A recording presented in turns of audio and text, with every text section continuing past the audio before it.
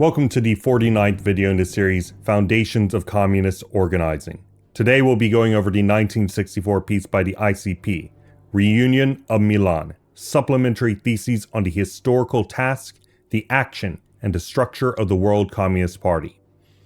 I've subtitled this, Spontaneous Obedience Demands Total Theoretical Practical Party Cohesion. Opportunism is fundamentally emergent from a preference for a shorter, less dangerous path to achieving goals, and the abandonment of program and the proper development of principle. It is not a moral issue of individuals, rather it is an attitude amongst the workers. To combat this attitude, the party needs to present the correct mindset, refusing to carry out any work that implies the taking of a less difficult road for momentary benefit. For example, within the party, everyone needs to read texts properly, rather than relying on others to take the reins and accept their vision implicitly, which is lazy. Such an attitude needs to be adopted throughout the party as a whole in all things. All members of the party need to be able to express their understanding, which should be the correct one, through rigorous discussion which is applied throughout the party on all levels in the form of revolutionary pedagogy. The party's membership should obey order spontaneously and completely, which requires all members to have full understanding of and harmony with the center. They should rotate functions and activities regularly and reject the systematization of a division of labor within it, again, prefiguring communist society as best as possible, until conditions require a militarized party. This means that there should not be a system of competitive examinations to determine who can enter into what position. Any systematization occurs when needed, and dissolves when unneeded.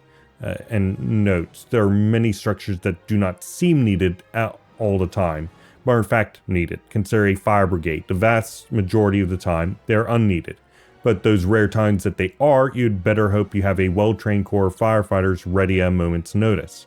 Whatever you can save in the long run or short run, by dissolving and reconstitute it whenever immediately needed, is less than costs which are in different forms, and you don't always know what those things are. A fire brigade is an obvious thing, but there's all sorts of different structures which, to somebody who doesn't understand what's happening on the ground immediately, or even does understand what's happening on the ground immediately, they don't know what is always needed.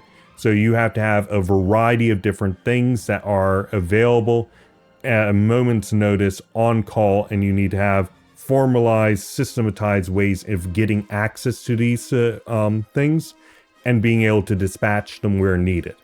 So this is one of the major issues with this sort of conception of organic organization, because our bodies, our organs have a lot of things that have absolutely nothing to do with our daily regular life. There are all sorts of things, billions of things within our bodies that have nothing to do with our daily life. And yet, throughout the entirety of the lifespan of a human from birth to death, we have absolute necessity of a large number of them. And some of these things never get used at all. They are there in case, for example, we have a sickness, or they are very old things that were built into our DNA from our far past ancestors that had to deal with some sort of parasite or disease or something along those lines. And those things were so devastating that they became permanent fixtures within our very DNA to deal with. These are all parts of an organism.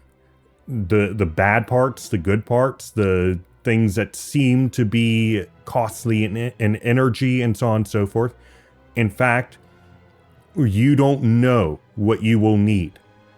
You sincerely do not always know what you will need, but eventually you can come to that realization through experience, through historical experience, and those things should not be dissolved once you have constructed them. They need to be there.